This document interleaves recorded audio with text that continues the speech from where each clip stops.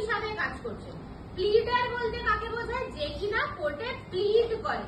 Plead করে in the sense তার ক্লায়েন্টের যা যা বক্তব্য রয়েছে সেই বক্তব্যগুলো সে as the lawyer, as the advocate কোর্টের সামনে সাবমিট করছে যে আমার ক্লায়েন্টের এই প্রবলেম রয়েছে, তাই জন্য আমার ক্লায়েন্টের প্রেয়ার হচ্ছে এইটা যে এই দাবি দাওয়াগুলো রয়েছে।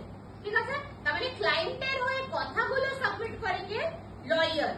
এই যে লয়ারকে, তার মানে ক্লায়েন্ট একটা পাওয়ার দিচ্ছে। কি পাওয়ার দিচ্ছে? তুমি আমার হয়ে মুভ করো, তাই তো? এই পাওয়ারটা তো মুখে দিলে কোর্ট বুঝবে না। কোর্টের কাছে কি ডকুমেন্ট আছে যে তুমি ওই ব্যক্তিকে পাওয়ার দিয়েছো তোমার হয়ে কাজটা করার জন্য? কোর্টের কাছে তো কোনো ডকুমেন্ট নেই। তাই জন্য ওয়াকালাতনামা হচ্ছে এমন একটা রিটেন কনসেন্ট লেটার বলা যায়, যে লেটারটা ক্লায়েন্ট দিচ্ছে। কাকে দিচ্ছে?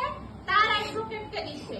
যে কনসেন্টের মাধ্যমে অ্যাডভোকেট কোর্টে ক্লায়েন্টের হয়ে